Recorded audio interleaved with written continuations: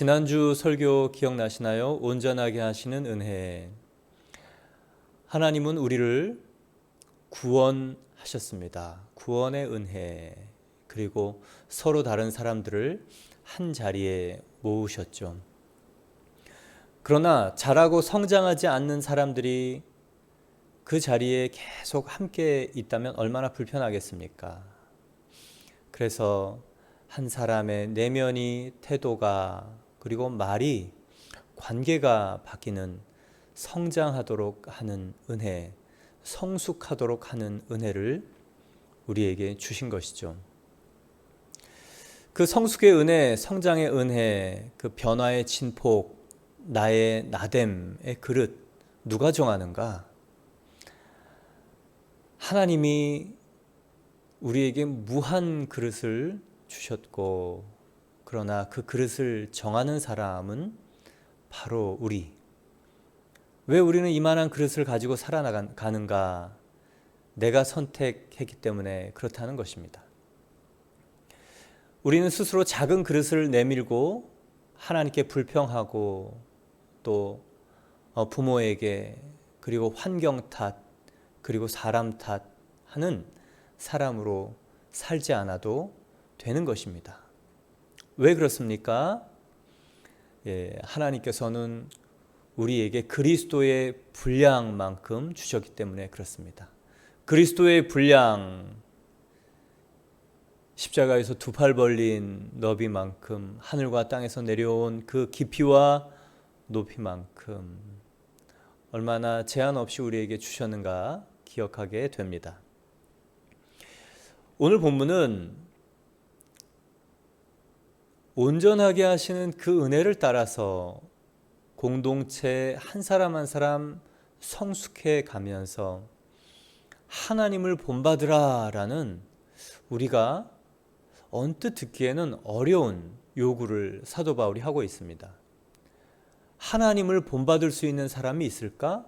그 완전하시고 거룩하시고 흠이 없고 정말 온전함 그 자체이신 그분을 인간이 어떻게 본받을 수 있는가?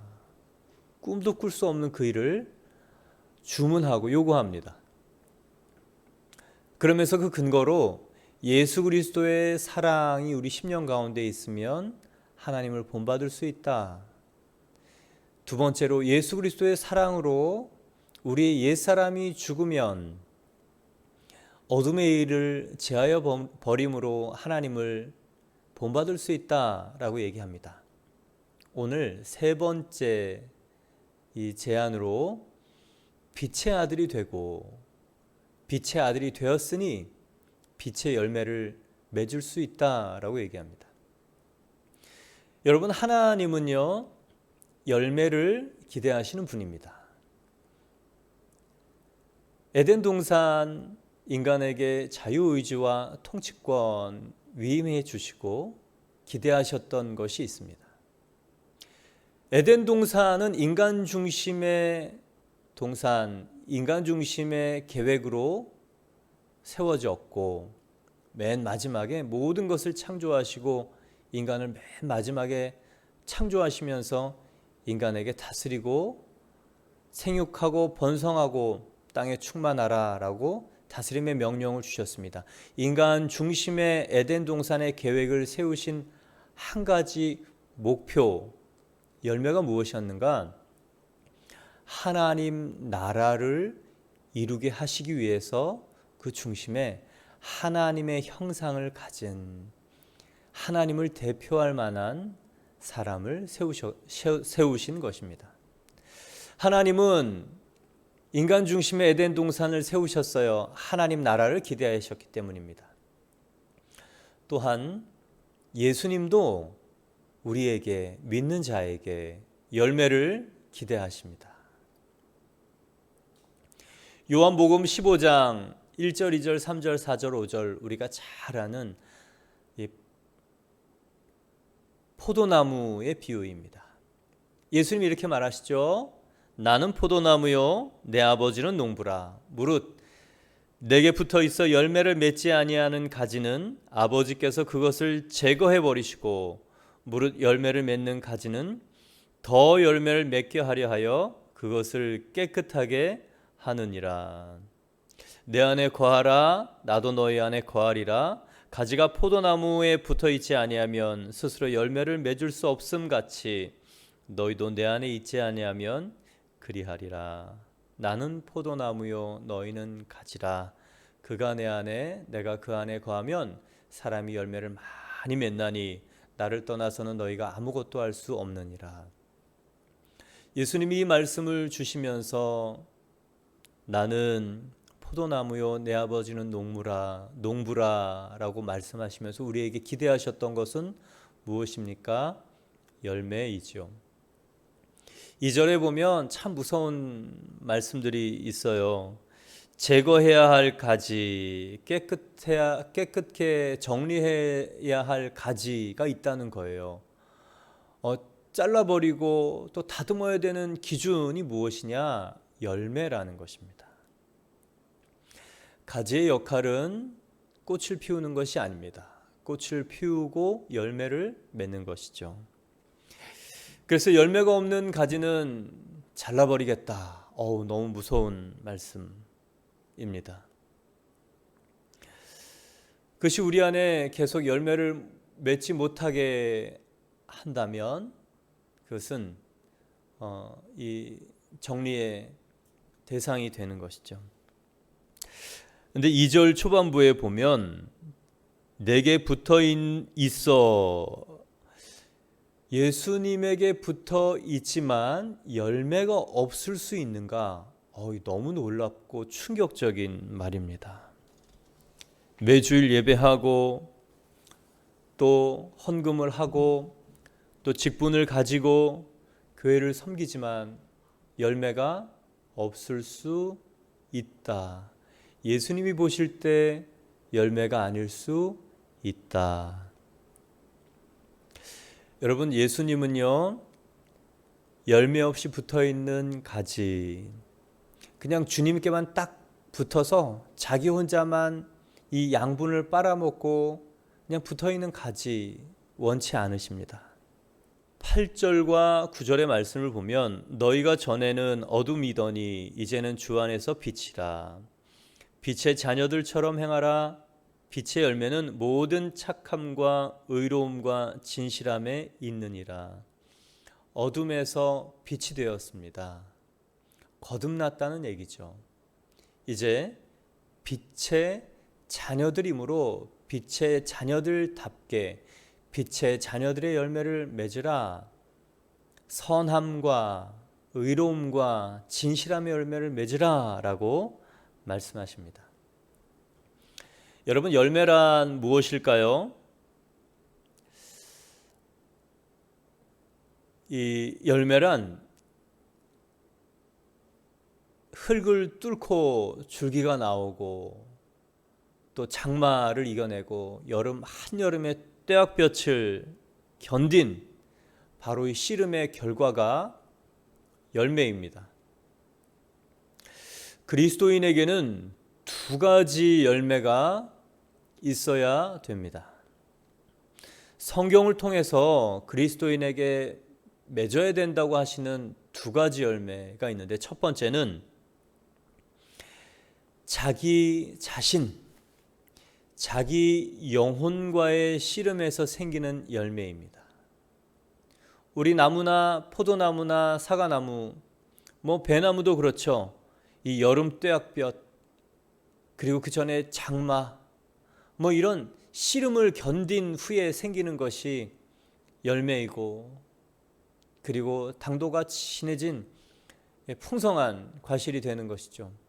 마찬가지로 예수님께서 우리에게 기대하시는 첫 번째 열매는 자기 영혼과의 씨름을 이긴 그런 열매, 다른 말로 하면 성령의 9가지 열매입니다. 오늘 9절의 빛의 열매, 착함, 선함이죠.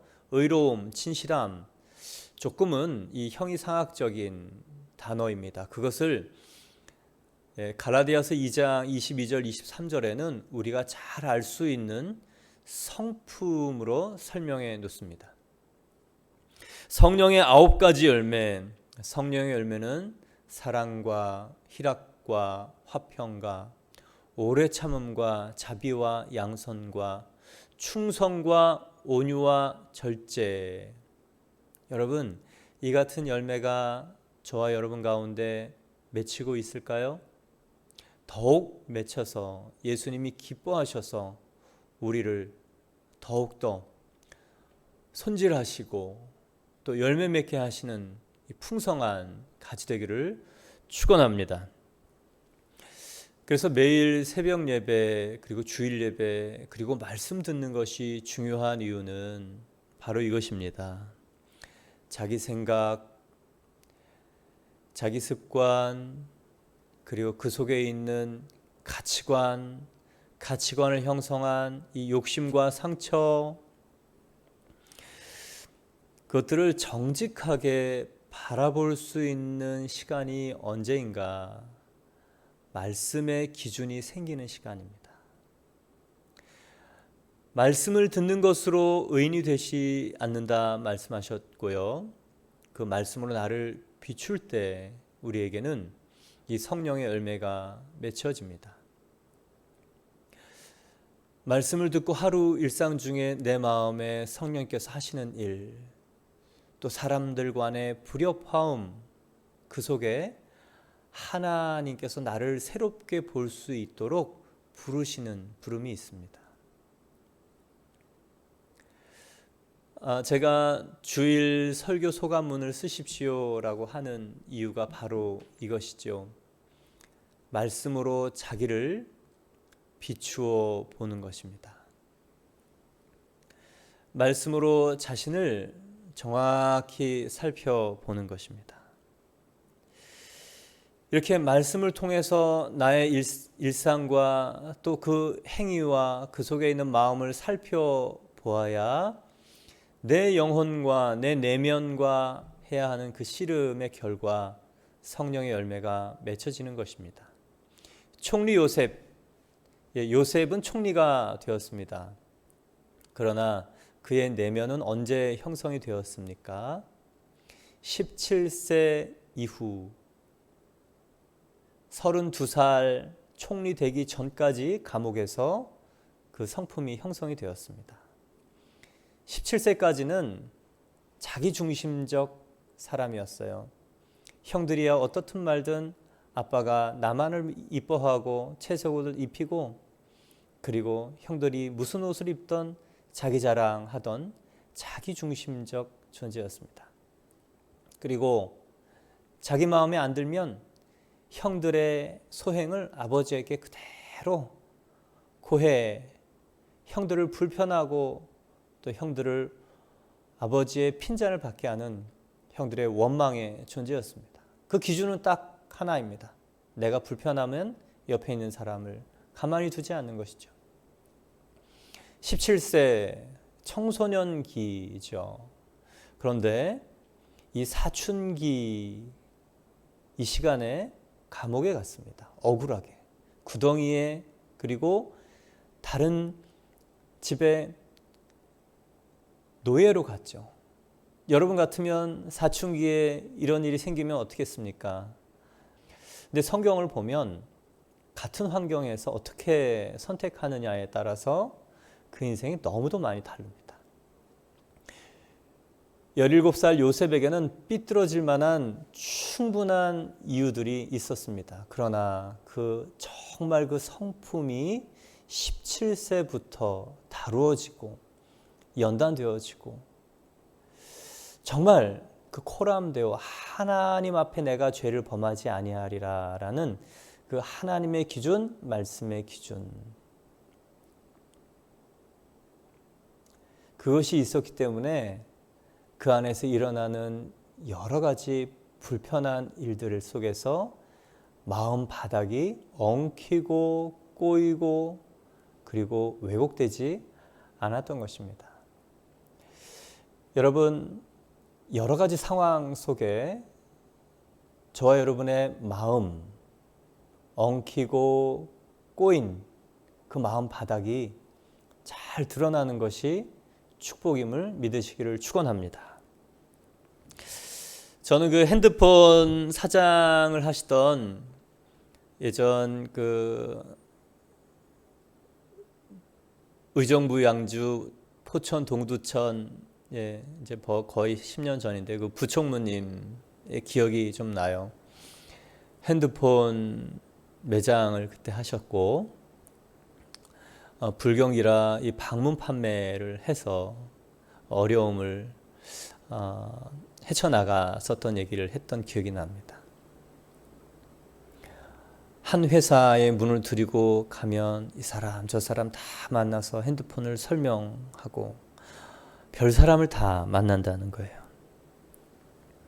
말 시키는 사람, 말 장난하는 사람, 문전박대하는 수모. 그 중에 어떤 말은 가슴에 깊이 와서 박힌다는 거예요. 그러면 문을 열고 나와서 터덜터덜, 야, 진짜 자존심 상해서 내가 이거 안 하겠다. 근데 다음 문에 들어가는 순간, 다음 회사나 다음 그 매장에 들어가려고 하는 순간은 기도를 한다는 거예요. 기도의 내용이 사실은 기억이 나서 이 얘기를 하는 거예요.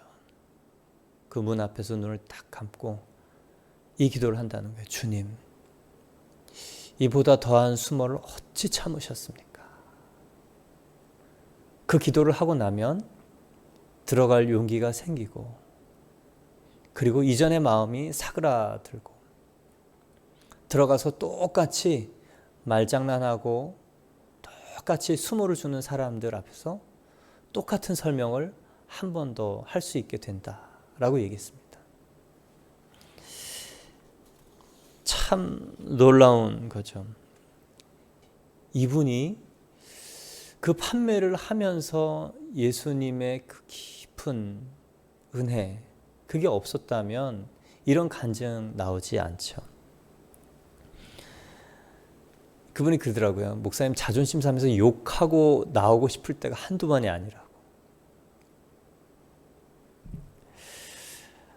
근데 여러분, 성품은요, 이렇게 닳고 다른 바닥에서 생기는 거예요.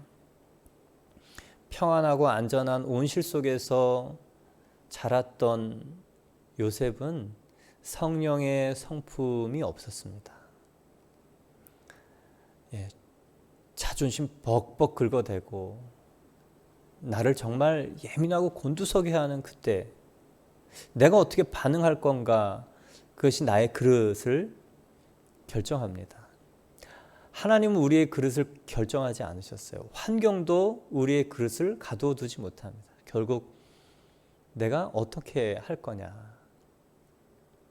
그래서 말씀, 그리고 말씀이신 예수님 묵상하는 것이 너무도 중요합니다. 이렇게 예수님을 생각하고 이 자기와의 씨름을 하면 총리 요셉 다 살리잖아요. 원수되었던 그 형들도 살리잖아요. 얼마나 놀라운 일입니까? 저와 여러분 가운데 예수님이 기대하시는 첫 번째 열매, 성령의 9가지 열매, 성품의 열매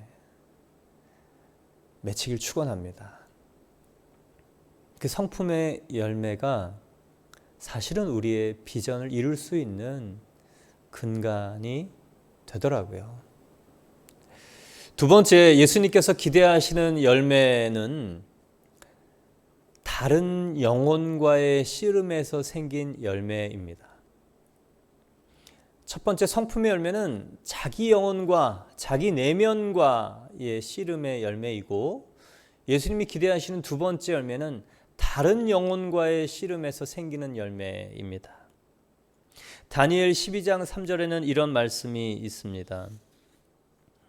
지혜 있는 자는 궁창의 빛과 같이 빛날 것이요 많은 사람을 옳은 대로 돌아오게 하는 자는 별과 같이 영원토록 비추리라. 많은 사람을 옳은 대로 돌아오게 하는 자. 여러분, 인간 세계의 옳음이 무엇입니까? 없지요. 하나, 유일한 하나, 이 땅에 인간의 몸을 입고 오신 예수 그리스도, 그분이 선, 진, 거룩입니다. 예수님께로 인도하는 사람 별과 같이 비추리라. 너무 감사한 말씀입니다. 마태복음 28장 18절 19절 20절 그러므로 너희는 모든 민족을 제자 삼아 아버지와 아들과 성령의 이름으로 세례를 주고 내가 내게 분부한 모든 것을 가르쳐 지키게 하라.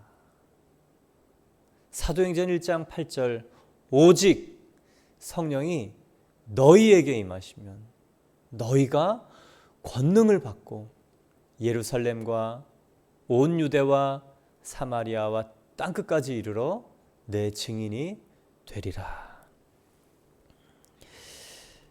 여러분, 이 다른 영혼과의 씨름에서 생기는 열매, 전도의 열매요, 양육의 열매, 여러분 가운데 맺어지고 있습니까? 전도하지 않고 양육하지 않고 그 신앙을 유지할 수 있을까요? 아니요. 후퇴해 갑니다. 쇠해 갑니다. 그냥 명목, 이름은 있으나 생명력이 없는 그런 활동의 사람으로 변하고 맙니다. 한 영혼을 위한 씨름.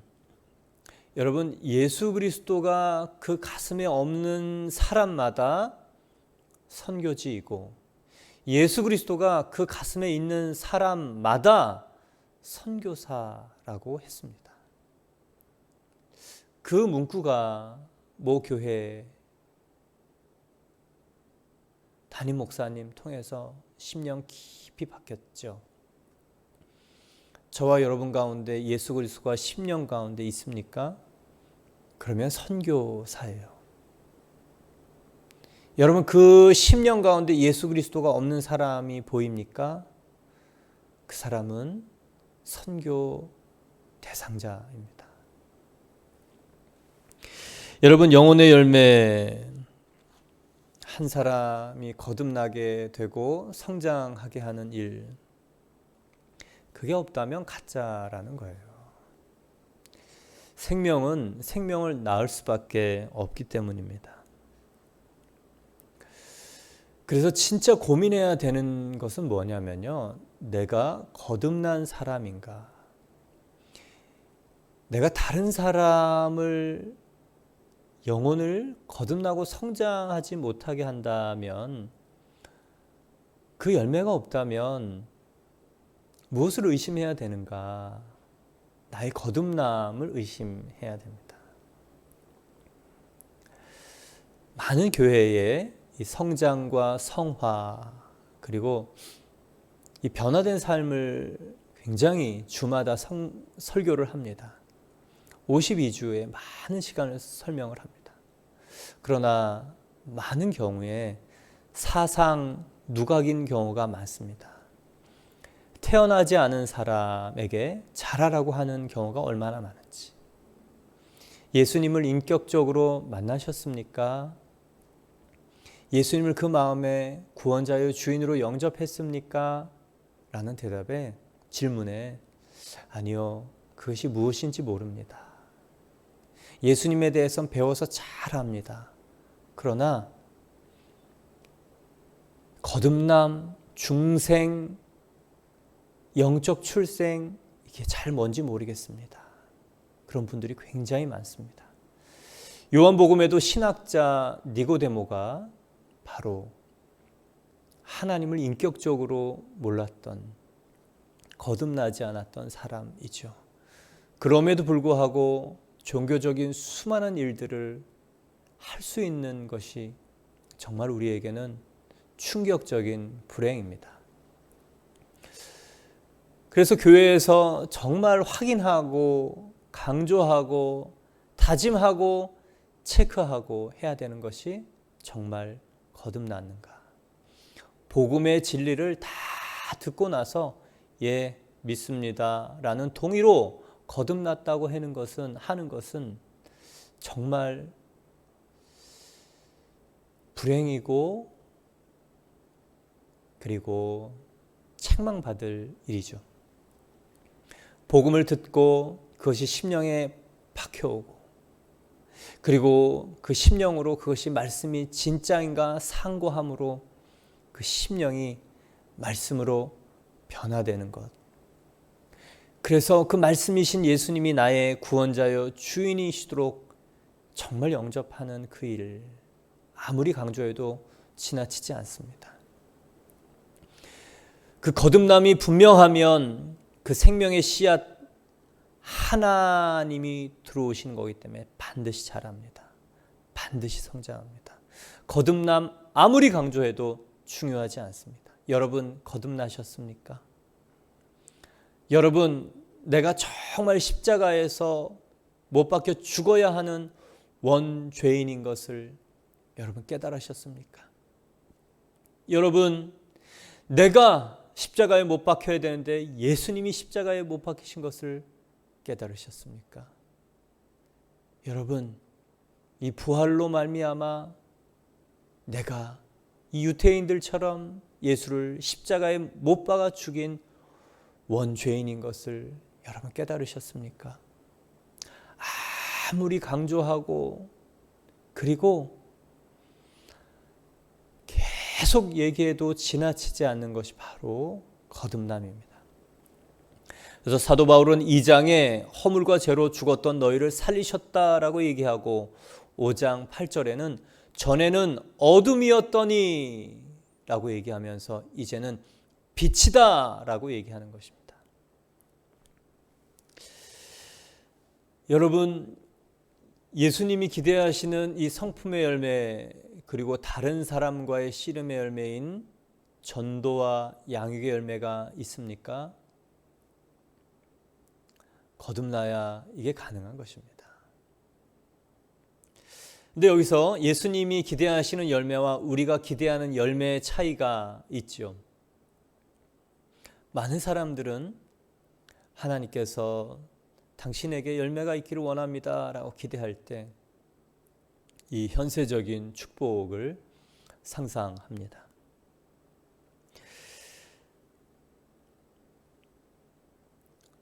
요셉이 국무총리가 되는 것을 여러분 열매라고 생각하십니까? 관직을 얻고 높은 자리에 올라가고 출세를 하는 것이 열매라고 생각합니까? 아니요.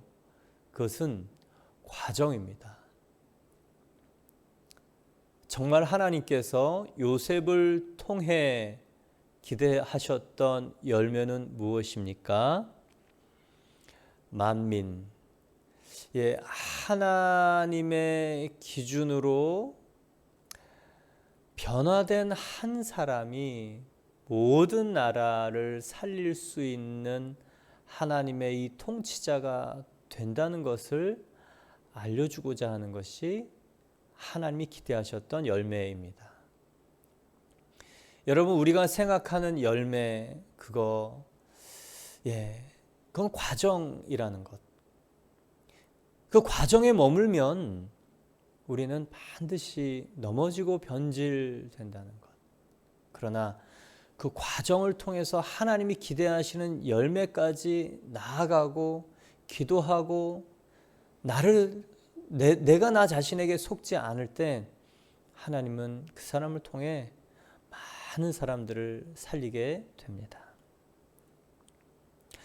나의 열매의 기준과 예수님이 생각하시는 열매의 기준 왜 다를까요? 여러분 그래서 고난이라는 이슈가 등장하는 것입니다. 고난이란 열매의 기준이 바뀌는 일 그리고 열매의 기준이 바뀌는 시간 그것이 고난이에요. 그래서 괴롭고 아프고 자존심이 상하기도 하고 도망가고 싶고 숨고 싶고 탓하고 싶고 그런데 그 시간을 그 마음으로 예수님이 기뻐하시는 마음을 선택할 때 여러분 하나님께서 우리에게 정말 생명을 맺을 수 있는 사람으로 변화시킵니다. 내 안에 사람 살리는 열매가 맺혀질 줄 여러분 믿으시기를 축원합니다. 그러면 그 열매를 어떻게 맺을 수 있을까? 오늘 8절의 말씀이 중요합니다. 너희가 전에는 어둠이더니, 어둠이란 흑암이죠. 창세 전에 인간의 모습, 창세 전에 그런 혼돈과 어둠과 질서가 없는 그런 상황. 그런데 이제는 주 안에서 우리에게 빛이라고 말씀하십니다. 저와 여러분이요, 빛이라는 거예요. 근데 성경, 이 세상의 유일한 이 빛, 예수님만을 참 빛이라고 얘기합니다. 예수님이 빛이신 거는 이해가 가요. 그런데 우리에게 빛이라고 하는 거예요. 요한복음 1장 1절부터 보면 1장 1절에 태초에 말씀이 계시니라, 예수님이시죠. 그 안에 생명이 있었으니 이 생명은 사람들의 빛이라. 예수님의 생명, 그리고 예수님은 빛이라고 얘기합니다. 그리고 9절에 보면 참 빛, 곧 세상에 와서 각 사람을 비추는 빛이 있었으니 그가 세상에 계셨으며 세상은 그로 말미암아 지은 바 되었을 때 세상은 그를 알지 못하였고 자기 땅에 오매 자기 백성이 영접하지 아니하였다. 여러분, 예수님이 빛이신 건 동의가 되지요. 그런데 예수 그리스도를 영접한 사람, 거듭난 사람, 예수 그리스도를, 이 구원자 예수님을 주인으로 영접한 사람을 빛이라고 얘기합니다. 오늘 본문에. 그리고 저와 여러분이 빛이기 때문에 빛의 자녀로서의 합당한 열매를 맺으라는 요구예요. 요한복음 12장 35절과 36절에는 이렇게 얘기합니다. 예수께서 이르시되 아직 잠시 동안 빛이 너희 중에 있으니 빛이 있을 동안에 다녀 어둠에 붙잡히지 않게 하라. 어둠에 다니는 자는 그 가는 곳을 알지 못하느니라. 너희에게 아직 빛이 있을 동안에 빛을 믿으라. 그리하면 빛의 아들이 되리라. 여러분, 예수님이 있을 동안에 빛을 믿으면 빛의 아들이 된다라고 얘기를 하는 거예요. 빛을 믿는다, 이 얘기는요, 요한복음 1장 11절에 그가 자기 땅에 오매 영접지 아니하였으나 12절 영접하는 자 곧 그 이름을 믿는 자에게는 하나님의 자녀가 되는 권세를 주신다는 것입니다. 영접이란 자기 땅에 오신 예수 그리스도를 나의 주인, 내 주권자로 영접하는 것, 그것이 바로 자녀되는 비밀이요 거듭남입니다. 예수님을 자기 땅에 오신 주인으로 영접하는 것, 구원자 예수님을 주인으로 영접하는 것, 그래야 영혼의 주인이 바뀌고 우리의 마음의 주인, 주권자가 바뀔 수 있는 것입니다. 여러분, 예수님을 믿으면 하나님의 자녀가 되지요. 이것을 거듭남, 새로운 출생이라고 얘기합니다. 사람은 부모님을 통해서 출생합니다. 육체적 출생, 자연적 출생, 생물학적인 출생, 그래서 부모님의 DNA, 육체적인 DNA를 받죠. 근데 성경은 모든 사람들이 한 번 태어나는 육체적인 출생뿐만 아니라 두 번째 태어나는 영적 출생을 기대합니다. 영적 출생은 위로부터, 하나님으로부터, 성령으로부터 거듭나는 출생입니다. 옛사람이 죽고 예수님의 사람, 예수님이 다스리는 사람으로 태어나는 그런 새로운 피조물의 출생입니다. 육체적인 출생이 부모의 DNA를 가지고 있듯이 이 두 번째 출생, 영적 출생은 하나님의 영적 DNA, 하나님의 성품, 속성, 공유적 속성과 비공유적 속성을 우리 안에 가지고 우리 안에 태어나게 하는 것입니다. 그래서 저와 여러분이 영적 출생, 거듭남이 있다면 하나님의 영적 DNA가 이제 여러분과 저를 통해 나타나는 것이 당연하고 자연스럽고 마땅합니다. 한 번 태어나면 두 번 죽는다는 말이 있고 두 번 태어나면 한 번 죽는다는 말이 있습니다.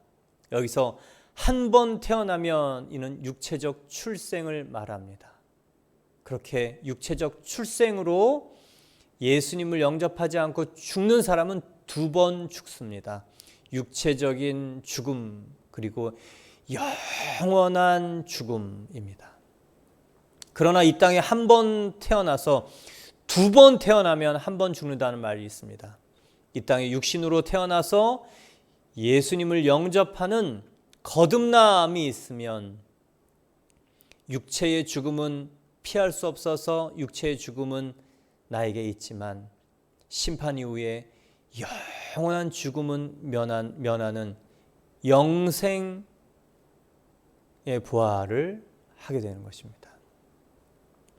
여러분, 천국과 지옥이 사실이고 그리고 우리가 한 번 죽는 순서는 이 땅에 태어난 순서가 절대 아닙니다.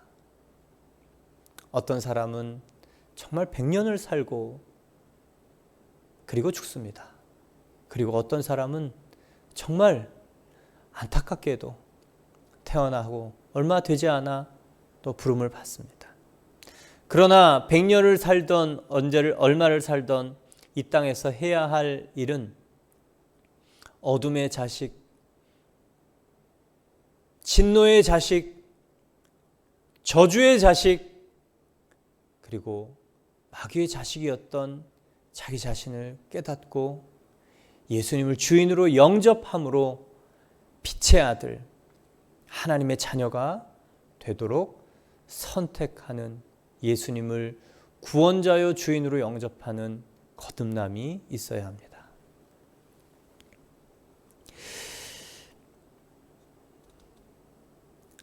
첫 번째 출생은 10달을 기다려야 돼요. 그러나 영적인 출생은요, 내가 예수님을 갈망하는 만큼, 예수님을 정말 알고 싶은 만큼 시간의 제약이 없습니다.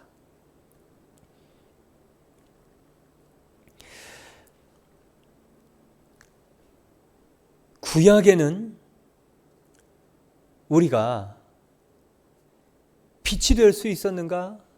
아니요. 근데 신약에는 거듭나면 빛이고 빛의 아들이라 합니다. 저와 여러분이 죄의 자녀, 본질상 진노의 자식, 사단의 압제 아래 사단에게 종노릇하던 마귀 자식, 이 지옥 자식인 것이 깨달아지는 이 원죄의 축복, 그래야 예수 그리스도의 십자가와 부활이 얼마나 우리 인생의 축복인 것을 깨닫게 됩니다. 신약은 그렇게 거듭난 사람을 빛이라고 얘기합니다. 구약에는 빛의 개념이 없었어요. 거울의 개념입니다. 구약에는 성령의 기름 부으심이 있어서 기름 부으심이 그 일이 임무 수행이 되면 떠나갔습니다. 모세에게 하나님이 찾아왔어요. 그 임무를 수행하도록 했습니다.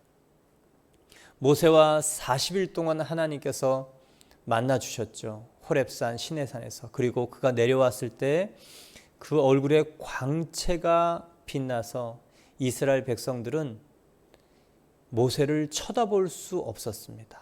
그래서 수건으로 가렸죠. 인간은 하나님을 비추는 거울의 개념, 그것이 구약의 아주 지극히 높아진 그런 개념이었습니다. 모세는 대단했죠. 거울처럼 하나님의 영광을 비출 수 있는 사람이었습니다. 그래서 모세의 그 얼굴에 수건을 씌워놓지 않으면 사람들이 두려워서 쳐다볼 수 없을 만큼 그 영광이 비쳤습니다. 그러나 이제 신약에는 어떻습니까? 반사체 거울이 아니라 예수 그리스도 생명의 빛이 이 안에 쑥 들어와서 저와 여러분이 빛의 근원이 이 안에 있기 때문에 저와 여러분이 반사체가 아니라 발광체가 되었던 것입니다. 단어가 좀 이상하지만 빛이 된 거예요. 여러분, 빛을 반사하는 존재와 빛은 너무도 다릅니다. 그게 어떻게 가능한가? 예수 그리스도의 성육신 때문에 가능한 거예요. 예수님이 인간의 몸을 입고 신이 인간 안에 들어와서 인간이 죽지 않고 살아남을 수 있게 된 예수님의 성육신.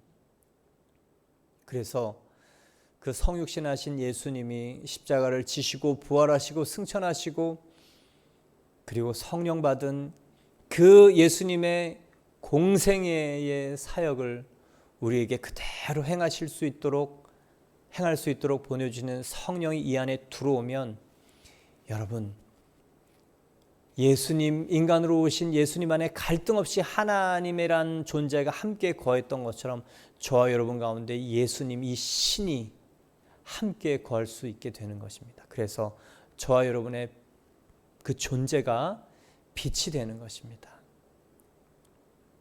이 개념이 너무 놀랍습니다. 그래서 예수님이 하나님이 하늘에 계신 분이 아니다. 여러분, 하늘에 계신 하나님이라고만 믿는 것은 샤머니즘적 믿음이에요.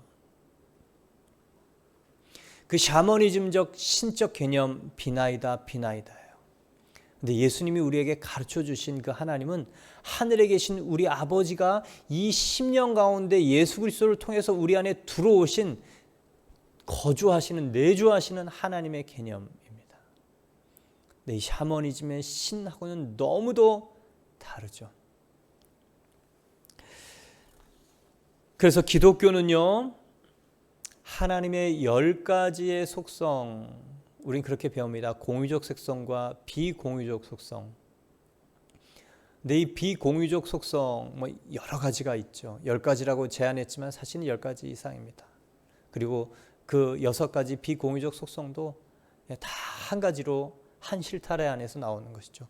비공유적 속성이라고 했던 4가지도 성령의 9가지 열매를 더하면 더 많습니다. 예수님이 이 안에 주인으로 들어오실 때 축복은 무엇이냐? 그것이 우리 안에 심겨진다는 것입니다. 그래서 기독교는 예수님을 닮아가는 모방이 아니고 예수님이 이 안에 들어왔다, 예수님을 받았다, 그래서 내 안에 예수님이 나타나는 것이 기독교라는 거예요. 그래서 기독교를 수여의 종교, 왜 그렇습니까? 예수 그리스도를 받음으로 구원을 받은 것이요, 예수 그리스도를 받음으로 거룩을 받은 것이요, 예수 그리스도를 받음으로 의를 받은 것이요, 예수 그리스도를 받음으로 진리를 받은 것이요, 예수 그리스도를 받음으로 권세를 받았기 때문에 그렇습니다. 그래서 예수님이 나타나도록 하는 것, 이게 기독교의 본질입니다. 그게 뭐냐? 옛사람의 잔재들이 내 안에 줄어들고, 그리고 옛사람의 껍질들이 내 안에 제하여져 갈 때 예수님이 나를 통해 나타나는 것이죠. 여러분, 옛사람은 이미 십자가에서 죽었어요. 거듭남이 왜 중요합니까? 옛사람이 죽는 거기 때문에 그래요. 거듭남이 왜 중요합니까? 십자가와 예수님과 함께 내 옛사람이 죽은 거예요. 그래서 모든 응급구조차 뒤에 로고, 장대에 달린 놋뱀 로고가 있습니다. 응급차 뒤에, 앰뷸런스 뒤에. 요즘은 반기독교적인 이 사람들이 그것을 구리뱀, 놋뱀에서 녹십자로 바꾸긴 하지만 모든 만국 공통 응급구조차 뒤에 있는 로고, 구약, 지금으로부터 1500년 전에 불뱀에 물린 사람들에게 살 거라고 모세에게 알려주신 장대에 달린 구리뱀, 놋뱀입니다. 왜 놋뱀일까요? 예수님과 함께 제가 십자가에서 죽었죠. 예수님과 함께 제가, 여러분이 부활하고 우리의 옛사람은 장대에 달린, 십자가에 달린 바로 옛뱀. 그게 우리의 정체성 어둠이었었던 것입니다. 이제 그 사람은 죽었어요. 그래서 십자가 거듭나는 것이 중요해요. 그래서 새 사람으로 부활이 중요한 거예요. 그래서 예수님이 다스리시는 사람으로 태어나는 이 born again, 이것이 너무도 중요합니다. 여러분, 거듭나셨습니까? 거듭나야 옛사람이 죽은 것입니다. 이제는 옛사람의 잔재가 나의 자유의지로 다스림받고 제어지고 하나님이 원하시는 것을 선택할 때, 이 10절에는 주를 기쁘시게 할 것이 무엇인가 시험하여 보라 라는 자유의지의 선택을 강조하고 있는 것입니다. 그럴 때 이제 옛사람의 잔재들은 줄어듭니다. 이제 예수님으로 인해서 내 안에 쑥 들어온 하나님의 영적 DNA가 나타나고 발현되는 것입니다. 여러분, 어떻게 저와 여러분이 빛의 아들의 열매를 맺을 수 있습니까? 어떻게 예수님과 같은 열매를 맺을 수 있습니까? 죽었다 깨나도 못합니다. 그래서 예수님이 이 안에 오시겠다고 하는 것입니다. 오시면 되는 것입니다. 여러분,